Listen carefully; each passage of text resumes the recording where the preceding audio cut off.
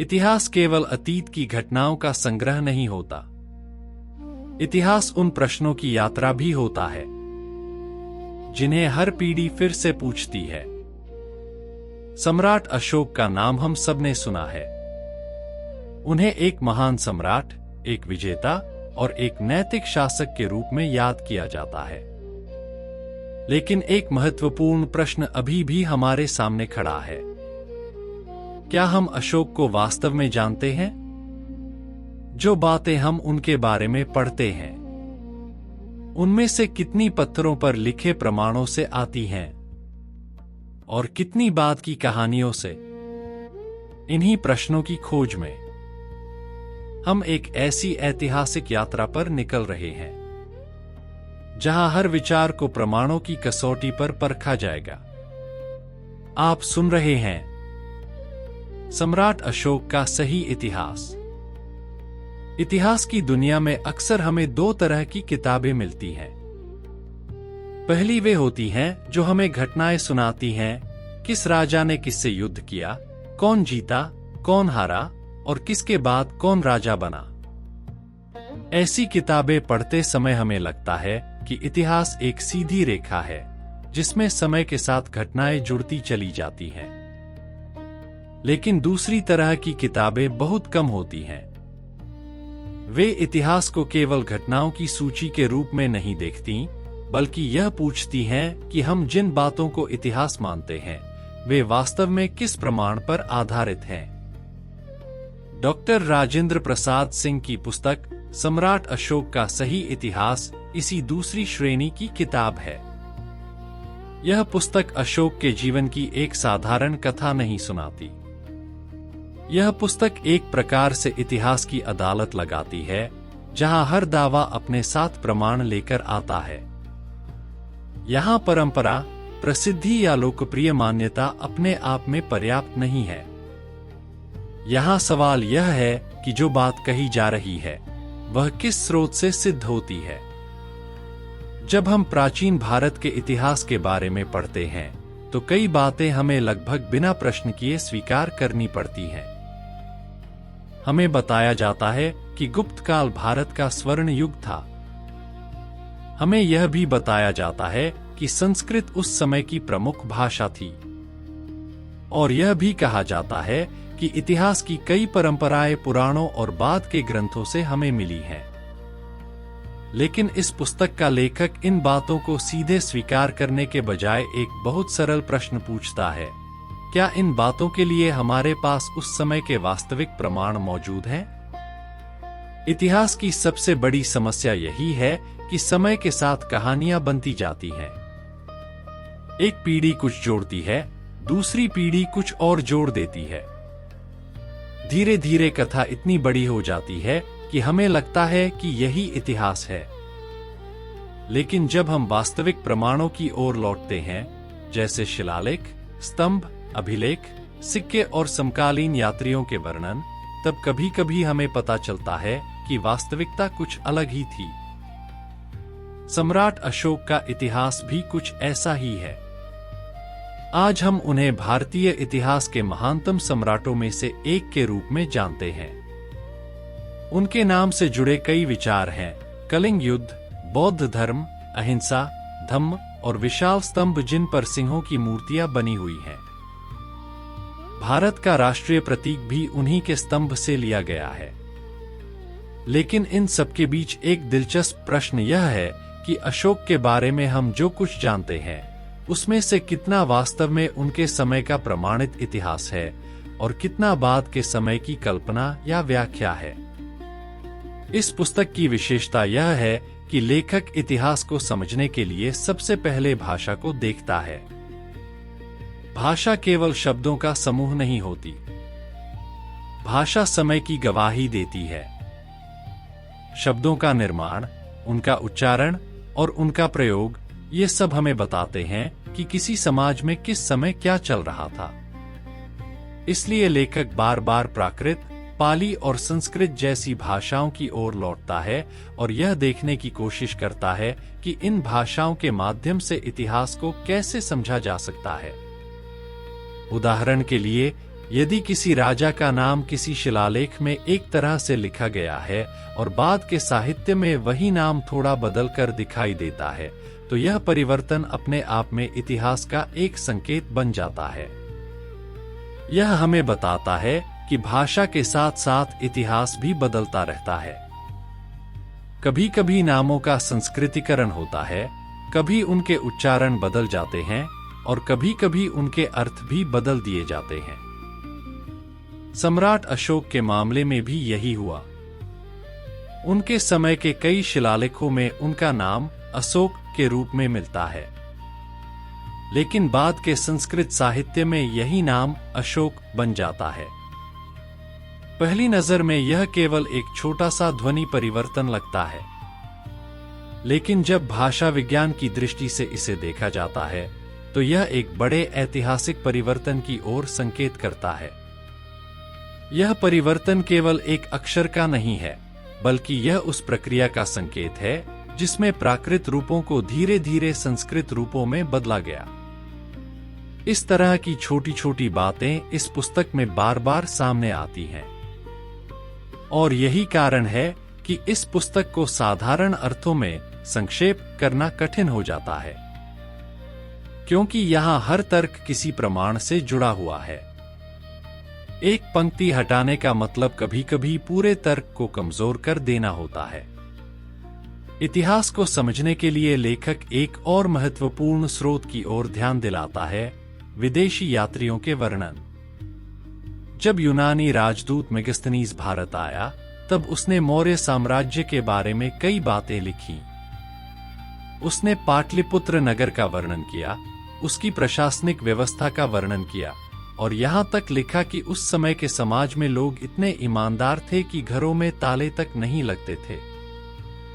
बाद में चीन से आए यात्रियों जैसे फाहियान ने भी पाटलिपुत्र और अशोक से जुड़े कई स्थलों का वर्णन किया। इन यात्रियों के वर्णन इसलिए महत्वपूर्ण हैं क्योंकि वे उस समाज को बाहर से देख रहे थे। वे उस परंपरा का हिस्सा नहीं थे जो बाद में भारतीय ग्रंथों में विकसित हुई। इसलिए उनका वर्णन कभी कभी हमें इतिहास को एक नए दृष्टिकोण से देखने का अवसर देता है। लेकिन इस पुस्तक का उद्देश्य केवल यह बताना नहीं है कि मौर्य काल महान था।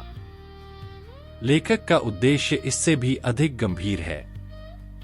वह यह दिखाने की कोशिश करता है कि इतिहास को समझने के लिए हमें किन स्रोतों को प्राथमिकता देनी चाहिए। क्या हमें बाद के साहित्यिक ग्रंथों को अधिक महत्व देना चाहिए, या फिर उन शिलालेखों और अभिलेखों को जो उसी समय लिखे गए थे? यह प्रश्न केवल अशोक के इतिहास का नहीं है। यह प्रश्न इतिहास लेखन की पूरी पद्धति से जुड़ा हुआ है। यदि हम इस प्रश्न का उत्तर ईमानदारी से खोजने लगें, तो हमें कई बार अपने पुराने विश्वासों पर भी पुनर्विचार करना पड़ सकता है। इसलिए इस पुस्तक की यात्रा केवल एक राजा की कहानी नहीं है। यह एक बौद्धिक यात्रा है, इतिहास को देखने के एक अलग तरीके की यात्रा। और शायद यही इस पुस्तक की सबसे बड़ी विशेषता है। इतिहास को समझने का यह तरीका हमें एक महत्वपूर्ण सवाल की ओर ले जाता है। यदि हम इतिहास को प्रमाणों की कसौटी पर परखें, तो कई स्थापित धारणाएं फिर से जांच के दायरे में आ जाती हैं। उदाहरण के लिए, एक विचार जो लगभग हर इतिहास की पुस्तक में दोहराया जाता है कि गुप्त काल भारत का स्वर्ण युग था।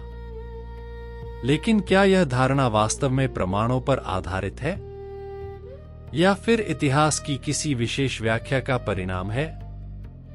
आइए अब इसी प्रश्न की ओर बढ़ते हैं। भारतीय इतिहास पढ़ते समय हम में से लगभग हर व्यक्ति ने एक वाक्य अवश्य सुना है, गुप्त काल भारत का स्वर्ण युग था। यह वाक्य इतना बार दोहराया गया है कि अब यह लगभग एक स्थापित सत्य की तरह प्रतीत होता है। पाठ्य पुस्तकों में, प्रतियोगी परीक्षाओं में और सामान्य चर्चा में भी यही बात कही जाती है कि 4वीं और 5वीं शताब्दी के बीच का गुप्त काल भारतीय सभ्यता का सर्वोच्च उत्कर्ष था। लेकिन जब हम किसी ऐतिहासिक कथन को थोड़ी देर के लिए रोककर उससे एक सरल प्रश्न पूछते हैं, क्यों? तब कई बार आश्चर्यजनक बातें सामने आने लगती हैं। आखिर किस आधार पर गुप्त काल को स्वर्ण युग कहा गया?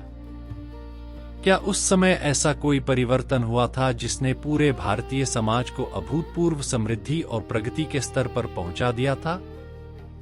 या फिर यह विचार धीरे धीरे इतिहास लेखन की परंपरा में स्थापित हो गया?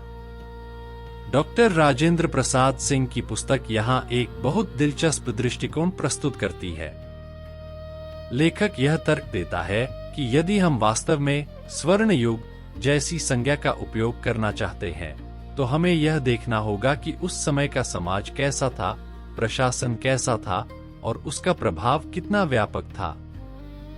केवल कला, साहित्य या किसी एक क्षेत्र की उपलब्धियों के आधार पर पूरे युग को स्वर्ण युग कहना शायद इतिहास के साथ न्याय नहीं करता। यदि हम मौर्य काल की ओर देखें, विशेषकर चंद्रगुप्त मौर्य और सम्राट अशोक के समय की ओर, तो हमें एक ऐसे साम्राज्य की झलक मिलती है जो भूगोल, प्रशासन और विचार के स्तर पर अत्यंत विशाल था। पुरातात्विक प्रमाणों के आधार पर यह माना जाता है कि मौर्य साम्राज्य उत्तर पश्चिम में हिंदुकुश पर्वत से लेकर पूर्व में बंगाल तक और उत्तर में हिमालय की तराई से लेकर दक्षिण में मैसूर तक फैला हुआ था। उस समय के संदर्भ में यह एक असाधारण राजनीतिक एकता थी। यहाँ एक और रोचक स्रोत सामने आता है, यूनानी राजदूत मेगस्थनीज का वर्णन। मेगस्थनीज ने पाटलिपुत्र नगर का जो विवरण दिया है, वह उस समय के किसी भी बड़े नगर की तुलना में अत्यंत प्रभावशाली प्रतीत होता है। उसने लिखा कि पाटलिपुत्र एक विशाल नगर था, जिसकी रक्षा के लिए गहरी खाई और मजबूत दीवारें बनी हुई थी। नगर की संरचना सुव्यवस्थित थी और प्रशासनिक व्यवस्था भी अत्यंत संगठित दिखाई देती थी। मेगस्थनीज के अनुसार उस समय का समाज भी अपने आप में अनोखा था। उसने लिखा कि लोग सामान्यतः झूठ नहीं बोलते थे और चोरी की घटनाएं इतनी कम थीं कि घरों में ताले लगाने की आवश्यकता तक नहीं पड़ती थी। चाहे यह विवरण पूरी तरह आदर्शीकृत हो या आंशिक रूप से अतिशयोक्तिपूर्ण, फिर भी यह उस समाज की एक महत्वपूर्ण झलक प्रस्तुत करता है। मौर्य काल की प्रशासनिक व्यवस्था भी अत्यंत विकसित दिखाई देती है। राज्य के अलग अलग विभाग थे, विभिन्न प्रकार के अधिकारी थे और उनके कार्य स्पष्ट रूप से निर्धारित थे। यह व्यवस्था केवल राजधानी तक सीमित नहीं थी, बल्कि पूरे साम्राज्य में फैली हुई थी। इस प्रकार की प्रशासनिक संरचना उस समय के विश्व में बहुत कम स्थानों पर दिखाई देती थी। इतिहासकारों ने अक्सर गुप्त काल की कला, साहित्य और विज्ञान की उपलब्धियों की चर्चा की है, जैसे संस्कृत साहित्य का विकास, कालिदास जैसे महान कवियों का उदय और गणित तथा खगोलशास्त्र में प्रगति। इन उपलब्धियों का महत्व निश्चित रूप से कम नहीं है, लेकिन प्रश्न यह है कि क्या केवल सांस्कृतिक उपलब्धियां किसी युग को स्वर्ण युग घोषित करने के लिए पर्याप्त हैं? यदि हम प्रशासनिक संगठन, भूराजनीतिक विस्तार और सामाजिक संरचना के स्तर पर तुलना करें, तो मौर्य काल कई दृष्टियों से कहीं अधिक व्यापक और संगठित दिखाई देता है। इसीलिए लेखक यह प्रश्न उठाता है कि कहीं ऐसा तो नहीं कि इतिहास लेखन की प्रक्रिया में मौर्य काल की महत्ता धीरे धीरे कम कर दी गई और गुप्त काल को अधिक महत्व दिया गया। इतिहास की दुनिया में यह कोई असामान्य घटना नहीं है। समय के साथ नई व्याख्याएं बनती रहती हैं। कभी कभी किसी विशेष विचारधारा या सांस्कृतिक दृष्टिकोण के कारण किसी युग को अधिक महत्व दिया जाता है और किसी अन्य युग को अपेक्षाकृत कम। सम्राट अशोक का नाम भी इसी संदर्भ में सामने आता है। अशोक केवल एक विजेता राजा नहीं थे, वे एक ऐसे शासक थे जिन्होंने अपने साम्राज्य में प्रशासनिक व्यवस्था, जनकल्याण और नैतिक आचरण को एक विशेष महत्व दिया। उनके शिलालेखों में बार बार यह विचार दिखाई देता है कि राज्य का उद्देश्य केवल शासन करना नहीं है, बल्कि जनता के कल्याण का ध्यान रखना भी है। अशोक ने अपने शिलालेखों में स्वयं लिखा है कि शासक को हर समय जनता की बात सुनने के लिए तैयार रहना चाहिए, चाहे वह भोजन कर रहा हो, विश्राम कर रहा हो या महल में हो। यह विचार उस समय के किसी भी शासक के लिए अत्यंत असाधारण था। यह केवल राजनीतिक शक्ति का प्रदर्शन नहीं था, बल्कि शासन के प्रति एक नैतिक दृष्टिकोण भी था। इतिहास में शायद ही कोई अन्य शासक मिलता है जिसने इतने व्यापक स्तर पर जन कल्याण के कार्यों को बढ़ावा दिया हो। अशोक के समय में सड़कों के किनारे पेड़ लगाए गए, कुएं खुदवाए गए और मनुष्यों के साथ साथ पशुओं के लिए भी चिकित्सा व्यवस्था की गई। ये बातें केवल साहित्यिक कथाएं नहीं हैं, इनके प्रमाण शिलालेखों और पुरातात्विक अवशेषों में मिलते हैं। जब हम इन सभी बातों को एक साथ देखते हैं, विशाल साम्राज्य, सुव्यवस्थित प्रशासन, सामाजिक नैतिकता और व्यापक जन कल्याण, तब एक नया प्रश्न सामने आता है। यदि किसी युग को स्वर्ण युग कहा जाना चाहिए, तो क्या वह वास्तव में मौर्य काल नहीं था? यह प्रश्न किसी युग को कम या अधिक साबित करने के लिए नहीं उठाया गया है। इसका उद्देश्य केवल इतना है कि हम इतिहास को नए सिरे से देखने का साहस करें, क्योंकि इतिहास केवल वही नहीं होता जो हमें बार बार बताया जाता है। इतिहास वह भी होता है जो पत्थरों पर लिखा हुआ है और जो कभी कभी हमारी स्थापित धारणाओं को चुनौती देता है। और शायद इसी चुनौती में इतिहास की असली रोचकता छिपी हुई है। मौर्य काल की इस व्यापकता और संगठन को देखते हुए एक और जिज्ञासा स्वाभाविक रूप से जन्म लेती है। इतना शक्तिशाली साम्राज्य स्थापित करने वाला यह वंश आखिर आया कहां से था? इतिहास में मौर्य वंश की उत्पत्ति को लेकर कई कथाएं मिलती हैं, लेकिन क्या इन कथाओं के पीछे ठोस प्रमाण हैं? यहीं से एक और दिलचस्प खोज शुरू होती है, मौर्य वंश की वास्तविक उत्पत्ति की खोज। इतिहास की सबसे दिलचस्प बात यह है कि कभी-कभी एक छोटी सी कहानी भी सदियों तक सच मानी जाती रहती है। लोग उसे दोहराते रहते हैं, किताबें उसे लिखती रहती हैं और धीरे धीरे वह कहानी इतिहास का रूप ले लेती है। लेकिन जब हम उस कहानी की जड़ों को खोजने की कोशिश करते हैं, तब कई बार पता चलता है कि उसके पीछे वास्तविक प्रमाण बहुत कम है। मौर्य वंश की उत्पत्ति के बारे में भी एक ऐसी ही कहानी लंबे समय से प्रचलित रही है। अक्सर यह कहा जाता है कि मौर्य शब्द का संबंध मुरा नाम की एक दासी से है। इस कथा के अनुसार चंद्रगुप्त मौर्य की माता का नाम मुरा था और इसी कारण उनके वंश को मौर्य कहा गया। पहली दृष्टि में यह कहानी सरल और आकर्षक लगती है, लेकिन जब इसे भाषा विज्ञान और इतिहास की कसौटी पर परखा जाता है तो कई प्रश्न सामने आते हैं। डॉक्टर राजेंद्र प्रसाद सिंह इस कथा को बहुत गंभीरता से परखते हैं। वे सबसे पहले भाषा के नियमों की ओर ध्यान दिलाते हैं। संस्कृत, पाली और प्राकृत भाषाओं के व्याकरण को देखते हुए वे यह तर्क देते हैं कि मुरा शब्द से मौर्य शब्द का बनना भाषिक दृष्टि से संभव नहीं है।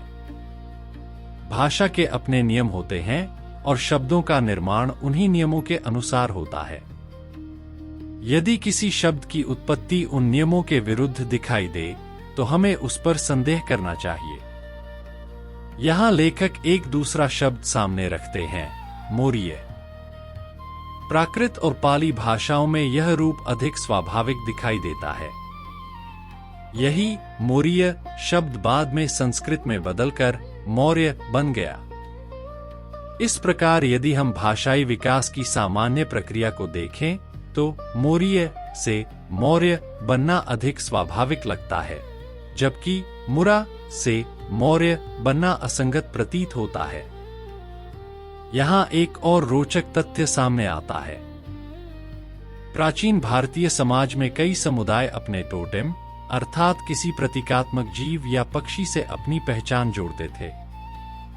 मौर्य वंश के संदर्भ में यह प्रतीक मोर यानी मोर पक्षी माना जाता है।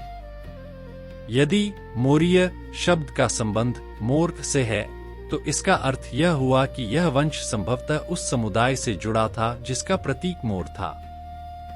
मोर भारतीय संस्कृति में सदियों से एक महत्वपूर्ण पक्षी रहा है।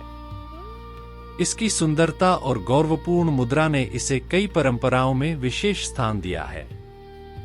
लेकिन यहाँ लेखक का उद्देश्य सांस्कृतिक प्रतीकवाद को नहीं, बल्कि भाषाई और ऐतिहासिक संबंधों को समझना है। यदि मौर्य वास्तव में एक प्राचीन समुदाय का नाम था, तो मौर्य उसी का संस्कृत रूप हो सकता है। लेखक इस बात की ओर भी ध्यान दिलाते हैं कि आज भी बिहार के गया क्षेत्र में मौर्या घाट जैसे स्थानों के नाम मिलते हैं। ऐसे स्थानिक नाम अक्सर प्राचीन समुदायों की स्मृति को अपने भीतर संजोए रखते हैं। कई बार इतिहास की पुस्तकें हमें जो नहीं बता पाती, वह बात किसी गांव के नाम या किसी नदी के किनारे बसे पुराने स्थान में छिपी होती है। इतिहास में यह भी देखा गया है कि समय के साथ कई वंशों की उत्पत्ति को लेकर नई कथाएं गढ़ी जाती रही हैं। कभी कभी इन कथाओं का उद्देश्य किसी वंश को महान दिखाना होता है और कभी कभी उसके महत्व को कम करना भी होता है। इसलिए इतिहासकारों के लिए यह आवश्यक हो जाता है कि वे इन कथाओं की जांच करें और देखें कि उनके पीछे वास्तविक प्रमाण क्या है। मौर्य वंश के मामले में भी यही सावधानी आवश्यक है। यदि मुरादासी की कथा का कोई समकालीन प्रमाण नहीं मिलता और भाषाई दृष्टि से भी वह कथा संदिग्ध दिखाई देती है, तो हमें यह स्वीकार करना होगा कि संभवतः यह कहानी बाद के समय में बनी होगी। यहाँ लेखक का उद्देश्य किसी परंपरा को अपमानित करना नहीं है। उनका उद्देश्य केवल इतना है कि इतिहास को प्रमाणों के आधार पर समझा जाए। यदि कोई कथा सुंदर है तो वह साहित्य का हिस्सा हो सकती है, लेकिन इतिहास का आधार केवल सौंदर्य नहीं, बल्कि प्रमाण होता है। इस प्रकार मौर्य वंश की उत्पत्ति का प्रश्न हमें एक महत्वपूर्ण शिक्षा देता है। इतिहास केवल घटनाओं की कहानी नहीं है, यह भाषा, समाज और स्मृति की जटिल यात्रा भी है। कभी कभी एक शब्द की उत्पत्ति ही हमें सदियों पुराने सत्य की ओर ले जाती है, और शायद इसी कारण इतिहास का अध्ययन इतना रोचक भी है और चुनौतीपूर्ण भी। मौर्य वंश की उत्पत्ति को समझने की इस यात्रा में हमने देखा कि भाषा और शब्दों की उत्पत्ति कितनी महत्वपूर्ण हो सकती है।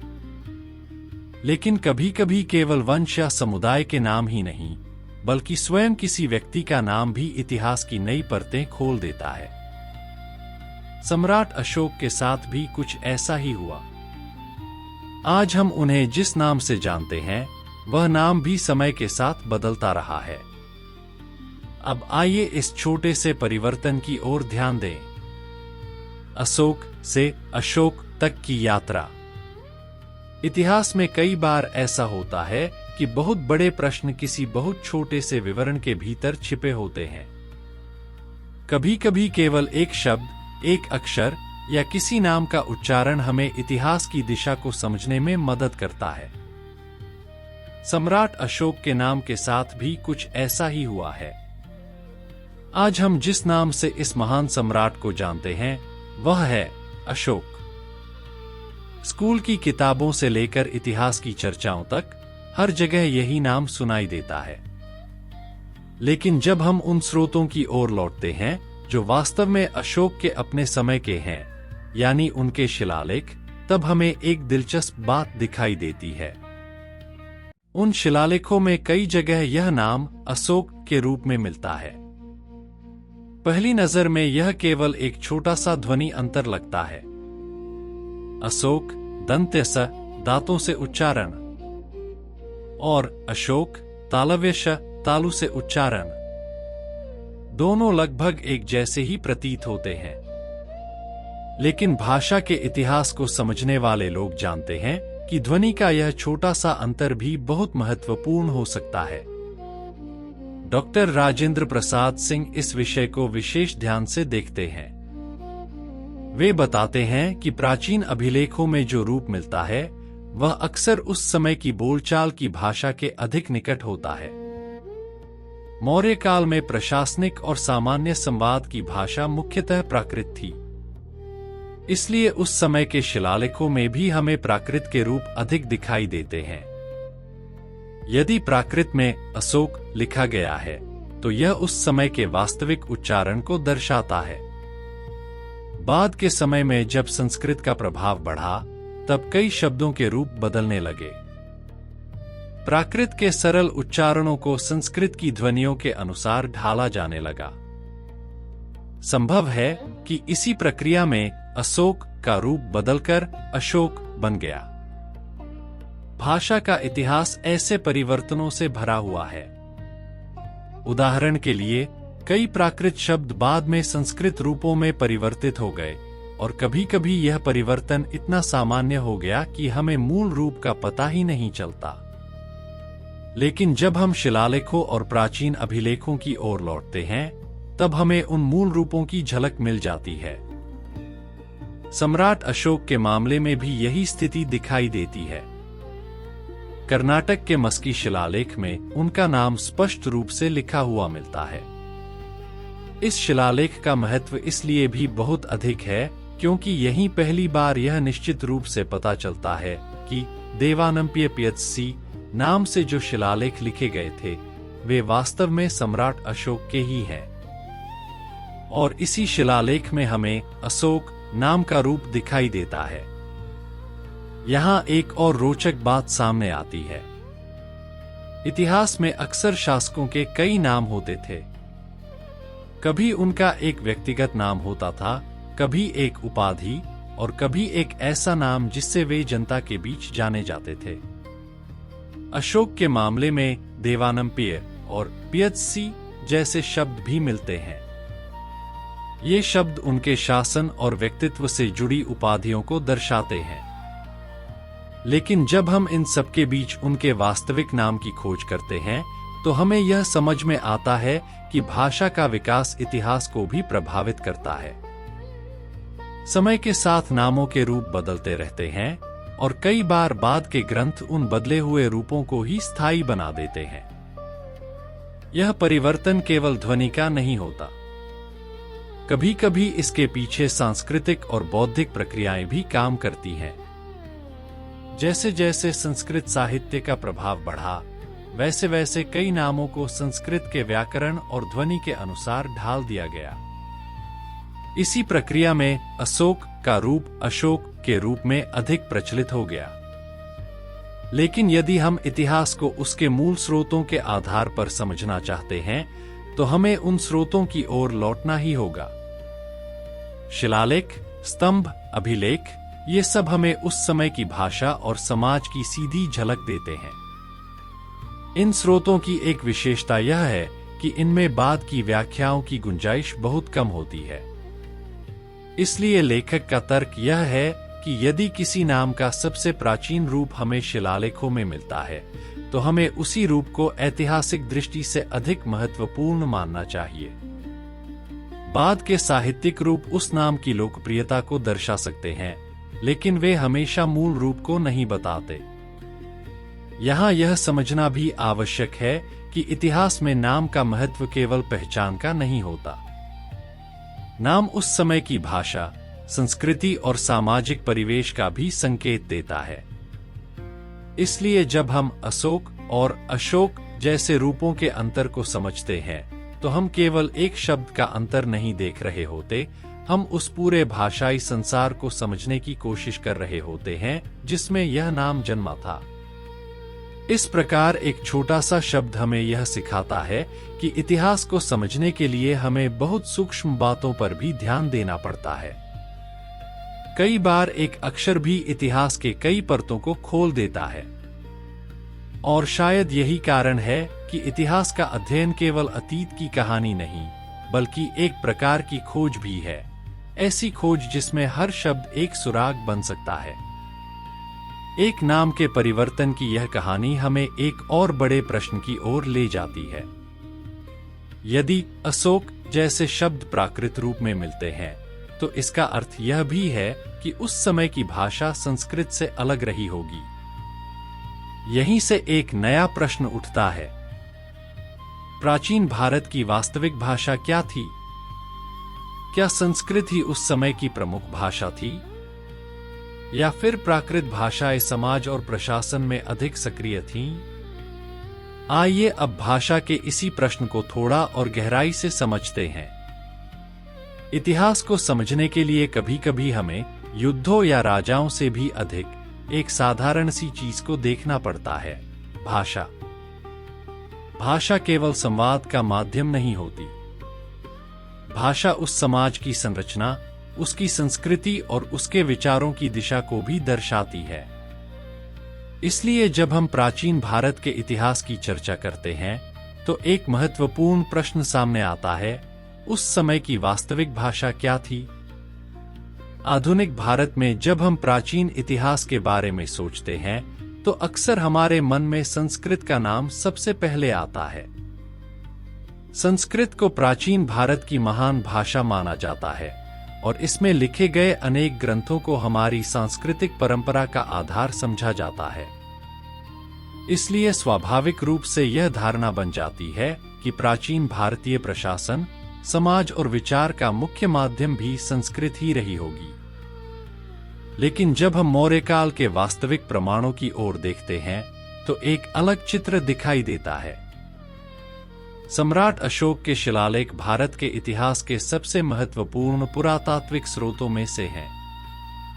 ये शिलालेख केवल किसी एक क्षेत्र में नहीं, बल्कि पूरे भारतीय उपमहाद्वीप में फैले हुए हैं। उत्तर पश्चिम के गांधार क्षेत्र से लेकर दक्षिण भारत तक और पूर्वी भारत से लेकर अफगानिस्तान तक अशोक के अभिलेख अनेक स्थानों पर मिलते हैं। यदि हम इन शिलालेखों की भाषा को ध्यान से देखें तो एक महत्वपूर्ण तथ्य सामने आता है, इनमें से कोई भी शिलालेख संस्कृत में नहीं है। अधिकांश शिलालेख प्राकृत भाषा में लिखे गए हैं और उनकी लिपि ब्राह्मी या खरोष्ठी है। कुछ स्थानों पर तो अशोक ने अपने संदेशों को यूनानी और अरामाइक भाषाओं में भी लिखवाया। इसका अर्थ यह है कि उस समय प्रशासन और संचार के लिए वही भाषाएं उपयोग में लाई जा रही थीं, जिन्हें लोग वास्तव में समझ सकते थे। यह तथ्य अपने आप में बहुत महत्वपूर्ण है। यदि संस्कृत उस समय की सामान्य प्रशासनिक भाषा होती तो कम से कम कुछ शिलालेख संस्कृत में अवश्य मिलते, लेकिन ऐसा नहीं दिखाई देता।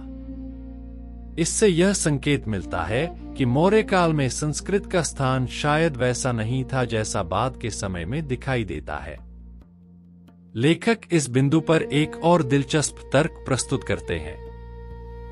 वे कहते हैं कि भाषा का विकास भी समय के साथ होता है। कई बार एक भाषा पहले बोलचाल के रूप में अस्तित्व में रहती है और बाद में उसका एक अधिक व्यवस्थित साहित्यिक रूप विकसित होता है। प्राकृत और संस्कृत के संबंध को भी इसी दृष्टि से देखा जा सकता है। प्राकृत भाषाएं उस समय की बोलचाल की भाषाएं थीं। ये विभिन्न क्षेत्रों में अलग अलग रूपों में बोली जाती थीं। जब राज्य को अपने संदेश लोगों तक पहुंचाने थे तो स्वाभाविक रूप से वही भाषा चुनी गई जो आम जनता के लिए समझने योग्य थी। यही कारण है कि अशोक के शिलालेख प्राकृत में लिखे गए। इसके विपरीत संस्कृत का स्वरूप अधिक औपचारिक और विद्वानों की भाषा के रूप में विकसित हुआ। बाद के समय में संस्कृत साहित्य का अत्यंत समृद्ध विकास हुआ और इसमें अनेक महाकाव्य, नाटक और दार्शनिक ग्रंथ लिखे गए। लेकिन यह विकास मौर्य काल के काफी बाद में अधिक स्पष्ट रूप से दिखाई देता है। इसका अर्थ यह नहीं है कि संस्कृत का अस्तित्व उस समय नहीं था, बल्कि यह कहना अधिक उचित होगा कि उस समय उसकी भूमिका सीमित थी।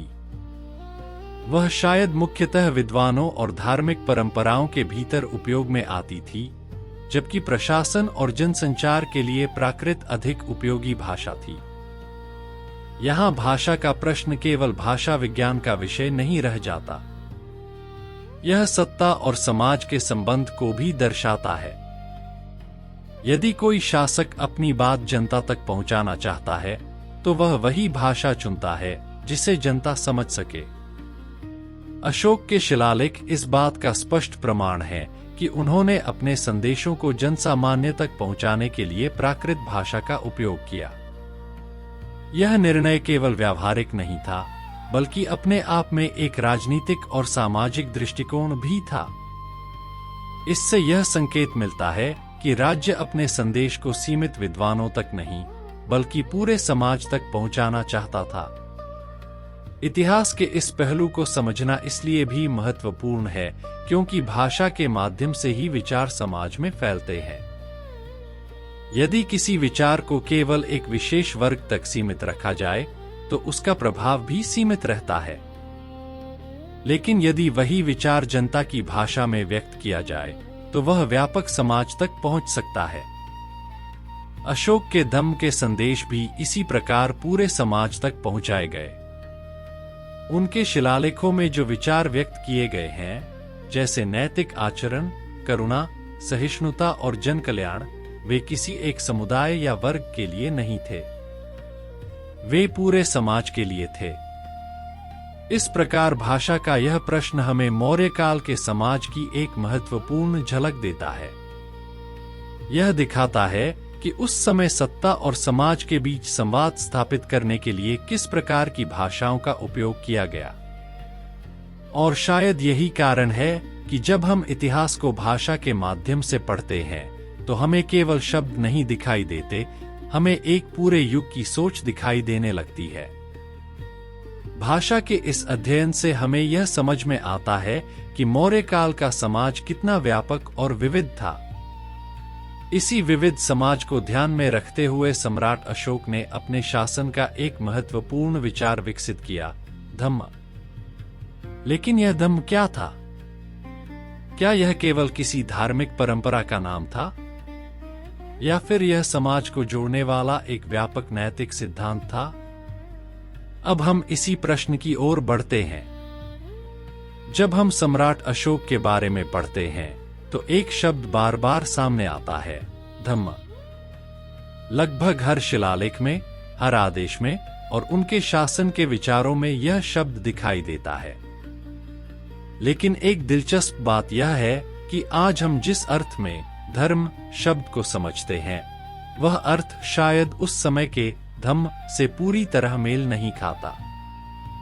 आज धर्म शब्द सुनते ही हमारे मन में किसी विशेष धार्मिक परंपरा, पूजा पद्धति या किसी आस्था प्रणाली की छवि बन जाती है।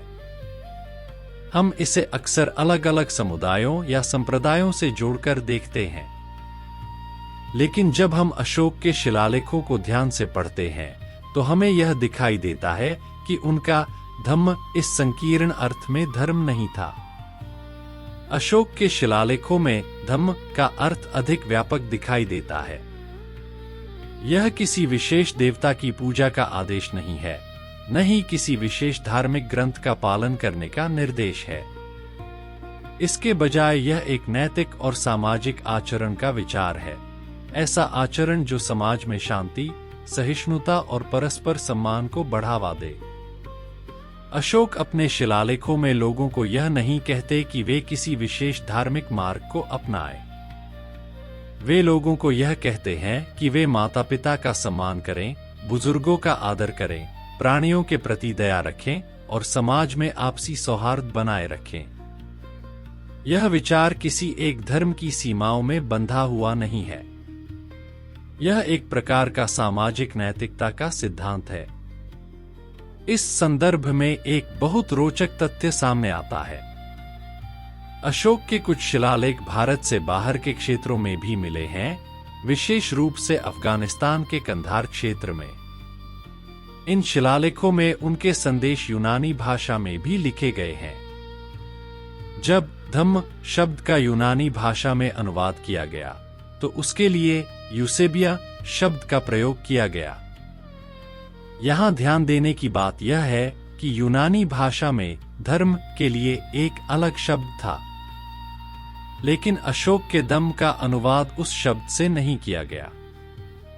इसके बजाय यूसेबिया शब्द चुना गया, जिसका अर्थ है नैतिकता, सदाचार और उचित आचरण। इससे यह संकेत मिलता है कि स्वयं अशोक के समय में भी धम्म को केवल धार्मिक विश्वास के रूप में नहीं देखा जा रहा था। यह एक व्यापक नैतिक व्यवस्था का विचार था, जिसमें समाज के विभिन्न समुदायों के बीच संतुलन और सम्मान को महत्व दिया गया। अशोक के शासन की एक विशेषता यह भी थी कि उन्होंने अलग अलग धार्मिक परंपराओं के बीच सहिष्णुता को बढ़ावा दिया। उनके शिलालेखों में बार बार यह कहा गया है कि कोई भी व्यक्ति अपने धर्म का सम्मान करे, लेकिन साथ ही दूसरों के धर्म का भी आदर करे। यह विचार उस समय के लिए अत्यंत महत्वपूर्ण था। प्राचीन विश्व में कई साम्राज्य ऐसे थे जहां शासक अपने धर्म को ही सर्वोच्च मानते थे और दूसरों पर उसे थोपने की कोशिश करते थे। लेकिन अशोक का दृष्टिकोण कुछ अलग दिखाई देता है। वे यह समझते थे कि समाज में अनेक विश्वास और परंपराएं मौजूद हैं और इन सबके बीच संतुलन बनाए रखना ही शांति का मार्ग है। धम्म की इस अवधारणा में शासन और नैतिकता का एक अनोखा मेल दिखाई देता है।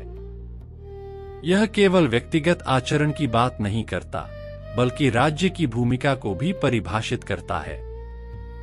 राज्य का कार्य केवल कानून लागू करना नहीं है, बल्कि समाज में नैतिक जीवन को प्रोत्साहित करना भी है। अशोक ने अपने शिलालेखों के माध्यम से इन विचारों को पूरे साम्राज्य में फैलाने की कोशिश की।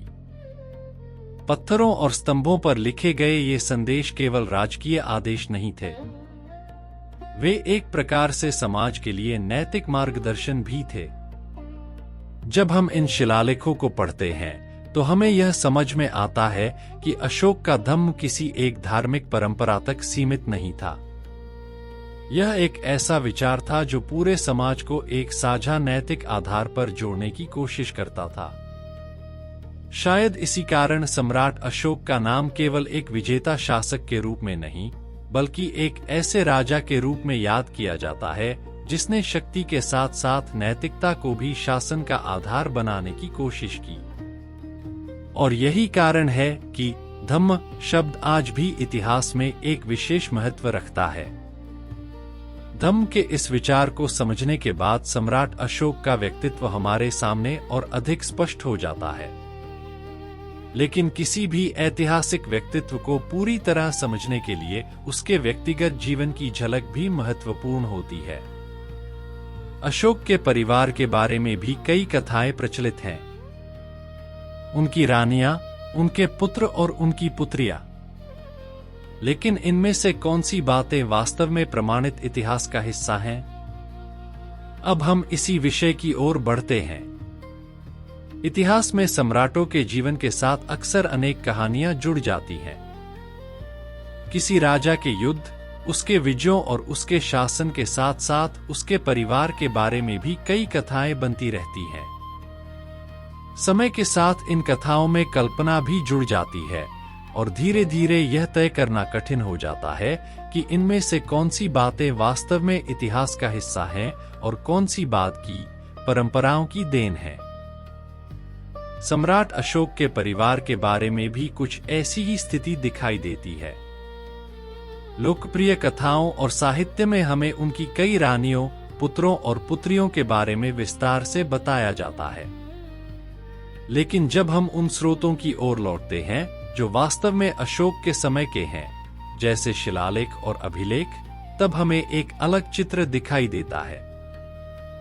पुरातात्विक प्रमाणों के आधार पर अशोक के परिवार के बारे में जो बातें निश्चित रूप से कही जा सकती हैं, वे अपेक्षाकृत कम हैं। उदाहरण के लिए, एक महत्वपूर्ण शिलालेख में अशोक की एक रानी का नाम स्पष्ट रूप से मिलता है, कालुवाकी। यह नाम एक अभिलेख में अंकित है, जहां सम्राट अशोक अपनी इस रानी द्वारा दिए गए दान का उल्लेख करते हैं और अधिकारियों को निर्देश देते हैं कि उन दानों को उनके नाम से दर्ज किया जाए। यह उल्लेख इसलिए महत्वपूर्ण है क्योंकि यह हमें सीधे उस समय का प्रमाण देता है जब किसी व्यक्ति का नाम स्वयं शासक के आदेश में पत्थर पर अंकित मिलता है, तो उसके ऐतिहासिक होने पर संदेह की गुंजाइश बहुत कम रह जाती है। इस प्रकार कालुवाकी का नाम हमें अशोक के परिवार के एक वास्तविक सदस्य के रूप में दिखाई देता है। इसके विपरीत, कुछ अन्य नाम ऐसे हैं जो साहित्य और कथाओं में बहुत प्रसिद्ध हो गए, लेकिन उनके लिए समान प्रकार के पुरातात्विक प्रमाण नहीं मिलते। यह अंतर इतिहासकारों के लिए महत्वपूर्ण होता है, क्योंकि इससे यह समझने में मदद मिलती है कि कौन सी बातें ऐतिहासिक स्रोतों से सिद्ध होती हैं और कौन सी परंपराओं से आई हैं। अशोक के पुत्रों के बारे में भी ऐसी ही स्थिति दिखाई देती है। परंपरा में उनके कई पुत्रों का उल्लेख मिलता है, लेकिन शिलालेखों में जिनका स्पष्ट प्रमाण मिलता है, उनमें एक नाम विशेष रूप से सामने आता है, तीवर। एक स्तंभ लेख में इस पुत्र का उल्लेख उसकी माता के नाम के साथ मिलता है। यह उल्लेख हमें यह दिखाता है कि शिलालेखों में जो जानकारी मिलती है वह अक्सर बहुत सीमित होती है, लेकिन वही सबसे अधिक विश्वसनीय भी होती है। इतिहासकारों को इन्हीं छोटे छोटे प्रमाणों के आधार पर अतीत की तस्वीर बनानी पड़ती है। अशोक के पुत्र महेंद्र और पुत्री संघमित्रा के बारे में भी प्रसिद्ध परंपराएं मौजूद हैं, विशेष रूप से श्रीलंका के इतिहास में। वहां की बौद्ध परंपरा के अनुसार महेंद्र और संघमित्रा ने बौद्ध धर्म के प्रचार में महत्वपूर्ण भूमिका निभाई और श्रीलंका में बौद्ध धर्म के प्रसार में उनका बड़ा योगदान रहा। दिलचस्प बात यह है कि कुछ पुरातात्विक प्रमाण भी इस परंपरा की पुष्टि करते हैं। श्रीलंका के राजगला क्षेत्र में एक स्तूप के पास मिले एक अभिलेख में महिंद थेर का उल्लेख मिलता है, जिसे कई इतिहासकार अशोक के पुत्र महेंद्र से जोड़कर देखते हैं। यह उदाहरण दिखाता है कि कभी-कभी परंपरा और पुरातत्व एक दूसरे की पुष्टि भी कर सकते हैं।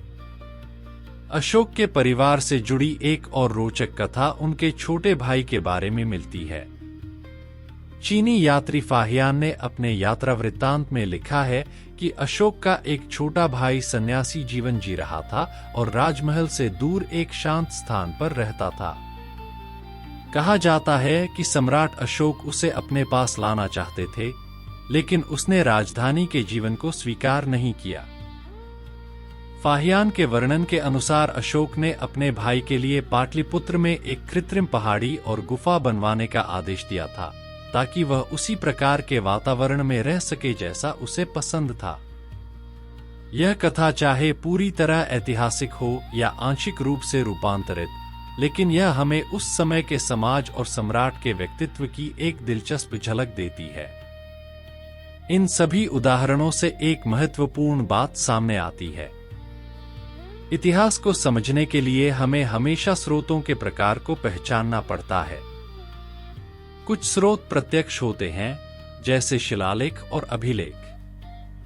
कुछ स्रोत परंपरा से आते हैं, जैसे कथाएं, ग्रंथ और लोक कथाएं। दोनों प्रकार के स्रोत महत्वपूर्ण हो सकते हैं, लेकिन उनका उपयोग सावधानी से करना आवश्यक होता है। प्रत्यक्ष प्रमाण हमें ठोस आधार देते हैं, जबकि परंपराएं हमें उस समय के समाज की स्मृति और कल्पना को समझने में मदद करती हैं। सम्राट अशोक के परिवार की कहानी भी इसी संतुलन का उदाहरण है। एक ओर हमें शिलालेखों में कुछ स्पष्ट नाम मिलते हैं और दूसरी ओर परंपराओं में उनसे जुड़ी कई विस्तृत कथाएं दिखाई देती हैं। इन दोनों के बीच संतुलन बनाकर ही इतिहास की वास्तविक तस्वीर को समझा जा सकता है। और शायद यही इतिहास की सबसे बड़ी चुनौती भी है, सत्य और कथा के बीच की महीन रेखा को पहचानना। अशोक के परिवार से जुड़े प्रमाण हमें उनके निजी जीवन की एक झलक देते हैं, लेकिन किसी भी शासक की सबसे बड़ी परीक्षा उसके शासन में दिखाई देती है। इतना विशाल साम्राज्य चलाना कोई साधारण कार्य नहीं था। इसके लिए एक संगठित प्रशासन और स्पष्ट व्यवस्था की आवश्यकता होती है। इसलिए अब हम मौर्य साम्राज्य के उस पहलू की ओर ध्यान देंगे जो इसे अपने समय की सबसे संगठित शासन व्यवस्थाओं में से एक बनाता है। जब हम सम्राट अशोक के बारे में सोचते हैं तो अक्सर हमारे मन में एक नैतिक राजा की छवि बनती है, एक ऐसा शासक जिसने युद्ध के बाद अहिंसा और धम्म का मार्ग अपनाया। लेकिन यदि हम केवल इस नैतिक छवि पर ही ध्यान केंद्रित करें तो तो हम उनके शासन की एक बहुत महत्वपूर्ण विशेषता को नजरअंदाज कर देते हैं। वह विशेषता है उनका प्रशासन। किसी भी विशाल साम्राज्य को चलाना केवल आदर्शों से संभव नहीं होता। उसके लिए एक सुव्यवस्थित प्रशासनिक ढांचे की आवश्यकता होती है। अधिकारियों की व्यवस्था, अलग अलग विभाग और राज्य के विभिन्न भागों तक शासन की पहुंच, ये सब एक मजबूत प्रशासन के संकेत होते हैं। मौर्य साम्राज्य के बारे में उपलब्ध प्रमाणों से यह स्पष्ट होता है कि उस समय का प्रशासन अत्यंत संगठित था। यूनानी राजदूत मेगास्थनीज ने अपने विवरण में लिखा है कि मौर्य शासन में अलग अलग कार्यों के लिए अलग अलग समितियां थीं। नगर प्रशासन, व्यापार, सैनिक व्यवस्था और विदेशी आगंतुकों की देखभाल, इन सभी के लिए अलग व्यवस्थाएं मौजूद थीं। यह व्यवस्था केवल राजधानी तक सीमित नहीं थी, बल्कि पूरे साम्राज्य में फैली हुई थी। इतिहासकारों का मानना है कि उस समय राज्य के अनेक विभाग थे और प्रत्येक विभाग के अपने अधिकारी होते थे। उनके कार्य स्पष्ट रूप से निर्धारित होते थे। इससे यह संकेत मिलता है कि शासन केवल राजा के आदेशों पर नहीं चल रहा था, बल्कि एक व्यवस्थित प्रशासनिक तंत्र भी मौजूद था। अशोक के शिलालेखों से भी इस प्रशासनिक संरचना की झलक मिलती है। इनमें कई स्थानों पर अधिकारियों का उल्लेख मिलता है, जिन्हें महामात्र कहा गया है। ये अधिकारी राज्य के विभिन्न कार्यों की देखभाल करते थे और जनता तथा शासन के बीच एक सेतु का काम करते थे। अशोक ने अपने शिलालेखों में इन अधिकारियों को यह निर्देश दिया था कि वे समय समय पर जनता के बीच जाएं और उनकी समस्याओं को सुनें। यह विचार अपने आप में उस समय के शासन के लिए अत्यंत महत्वपूर्ण था। अशोक ने यह भी कहा था कि शासक को हर समय जनता की बात सुनने के लिए तैयार रहना चाहिए। चाहे वह भोजन कर रहा हो, विश्राम कर रहा हो या महल में हो, यदि जनता के हित से जुड़ी कोई बात हो तो उसे तुरंत सुना जाना चाहिए। इस प्रकार के विचार हमें शासक और जनता के संबंध के बारे में एक नई समझ देते हैं। मौर्य साम्राज्य की भौगोलिक सीमा भी अपने आप में आश्चर्यजनक थी। पुरातात्विक प्रमाणों के अनुसार यह साम्राज्य उत्तर पश्चिम में हिंदुकुश पर्वत से लेकर पूर्व में बंगाल तक फैला हुआ था। उत्तर में हिमालय की तराई से लेकर दक्षिण में मैसूर तक इसके प्रभाव के प्रमाण मिलते हैं।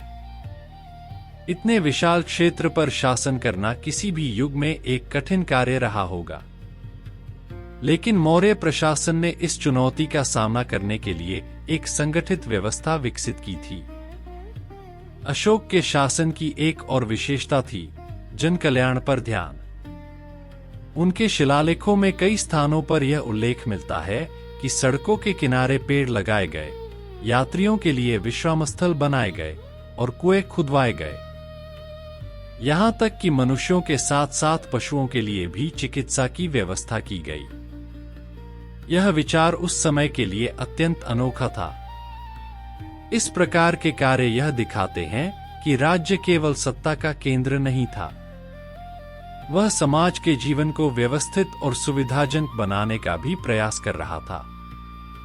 इतिहास में बहुत कम शासक ऐसे मिलते हैं जिन्होंने शासन की शक्ति और समाज के कल्याण को इस प्रकार एक साथ जोड़ने की कोशिश की हो। सम्राट अशोक का प्रशासन इसी संतुलन का उदाहरण था। एक और विशाल साम्राज्य, संगठित अधिकारी और मजबूत प्रशासनिक तंत्र था। दूसरी ओर नैतिकता, धर्म और जन कल्याण के विचार भी उसी शासन का हिस्सा थे।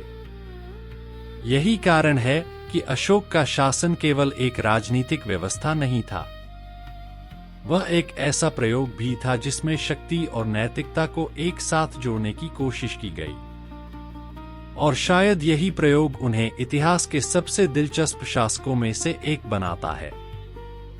मौर्य साम्राज्य के प्रशासन और उसकी संरचना को समझने के बाद एक अंतिम प्रश्न हमारे सामने रह जाता है। इतिहास में सम्राट अशोक का स्थान वास्तव में क्या है? क्या वे केवल एक महान विजेता थे, या फिर एक ऐसे शासक जिन्होंने शासन की प्रकृति को ही एक नया अर्थ देने की कोशिश की? इसी प्रश्न के साथ हम अब अपनी इस यात्रा के अंतिम चरण में प्रवेश करते हैं। सम्राट अशोक की वास्तविक विरासत। इतिहास में कुछ शासक केवल अपने समय के लिए महत्वपूर्ण होते हैं। उनके जीवन की घटनाएं उसी युग तक सीमित रह जाती हैं जिसमें वे जीते थे। लेकिन कुछ ऐसे शासक भी होते हैं जिनकी स्मृति समय की सीमाओं को पार कर जाती है। उनके विचार, उनके प्रतीक और उनके निर्णय सदियों बाद भी समाज को प्रभावित करते रहते हैं। सम्राट अशोक ऐसे ही शासकों में से एक हैं। यदि हम केवल उनके साम्राज्य के आकार को देखें तो वे निश्चित रूप से प्राचीन भारत के सबसे शक्तिशाली शासकों में गिने जा सकते हैं। उनका साम्राज्य इतना विशाल था कि उस समय के लिए यह लगभग पूरे भारतीय उपमहाद्वीप को एक राजनीतिक इकाई के रूप में जोड़ता हुआ दिखाई देता है। लेकिन केवल साम्राज्य का विस्तार ही किसी शासक की सबसे बड़ी पहचान नहीं बनता। अशोक की पहचान उस विचार से भी जुड़ी है जिसे उन्होंने अपने शासन के केंद्र में रखा, धम्म। इतिहास में कई राजा ऐसे हुए हैं जिन्होंने विजय प्राप्त की, नए प्रदेशों को अपने साम्राज्य में शामिल किया और अपनी शक्ति का प्रदर्शन किया। लेकिन अशोक की कहानी में एक अलग मोड़ दिखाई देता है। कलिंग युद्ध के बाद उनके विचारों में जो परिवर्तन आया, उसने उनके शासन की दिशा को भी बदल दिया। यह परिवर्तन केवल व्यक्तिगत पश्चाताप का परिणाम नहीं था। यह शासन के दृष्टिकोण में एक व्यापक परिवर्तन था। अशोक ने यह समझने की कोशिश की कि राज्य की शक्ति का उपयोग केवल विस्तार और विजय के लिए ही नहीं, बल्कि समाज के नैतिक और मानवीय विकास के लिए भी किया जा सकता है। उनके शिलालेखों में जो संदेश हमें मिलते हैं, वे इसी विचार को व्यक्त करते हैं। वे लोगों से यह नहीं कहते कि वे किसी विशेष धर्म को अपनाएं। वे उन्हें यह कहते हैं कि वे एक दूसरे के प्रति सम्मान रखें, प्राणियों के प्रति दया रखें और समाज में शांति बनाए रखें। यह विचार उस समय के लिए अत्यंत महत्वपूर्ण था। एक विशाल और विविध समाज में शांति बनाए रखना केवल कानून और दंड के माध्यम से संभव नहीं होता। उसके लिए समाज के भीतर नैतिक सहमति भी आवश्यक होती है। अशोक का धम्म शायद इसी नैतिक आधार को स्थापित करने का प्रयास था।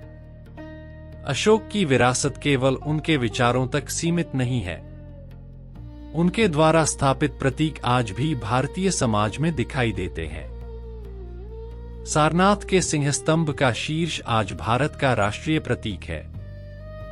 उसी स्तंभ से लिया गया अशोक चक्र आज भारत के राष्ट्रीय ध्वज के मध्य में दिखाई देता है। यह तथ्य अपने आप में यह दिखाता है कि 2000 वर्ष से भी अधिक समय बाद भी अशोक की स्मृति भारतीय चेतना का हिस्सा बनी हुई है। लेकिन शायद अशोक की सबसे बड़ी विरासत इन प्रतीकों से भी आगे जाती है। उनकी विरासत यह है कि उन्होंने शासन को केवल शक्ति का प्रदर्शन नहीं माना। उन्होंने इसे एक नैतिक दायित्व के रूप में देखने की कोशिश की। यह विचार कि राज्य को केवल व्यवस्था बनाए रखने के लिए नहीं, बल्कि समाज के कल्याण के लिए भी काम करना चाहिए, आज भी आधुनिक शासन की एक महत्वपूर्ण आधारशिला है। इतिहास में यह भी देखा गया है कि कई महान साम्राज्य समय के साथ समाप्त हो जाते हैं। उनकी सीमाएं बदल जाती हैं, उनकी राजधानियां नष्ट हो जाती हैं और उनकी राजनीतिक संरचनाएं इतिहास की पुस्तकों तक सीमित रह जाती हैं। लेकिन यदि किसी शासक के विचार समाज की स्मृति में जीवित रह जाए, तो उसकी विरासत कहीं अधिक स्थायी बन जाती है। सम्राट अशोक की कहानी भी कुछ ऐसी ही है। उनका साम्राज्य समय के साथ समाप्त हो गया। मौर्य वंश भी इतिहास का हिस्सा बन गया। लेकिन उनके द्वारा छोड़े गए विचार, उनके शिलालेख और उनके प्रतीक आज भी हमें उस युग की याद दिलाते हैं जब एक शासक ने सत्ता के साथ साथ नैतिकता को भी शासन का आधार बनाने की कोशिश की थी। और शायद यही कारण है कि सम्राट अशोक का नाम केवल इतिहास की पुस्तकों में नहीं, बल्कि एक विचार के रूप में भी जीवित है।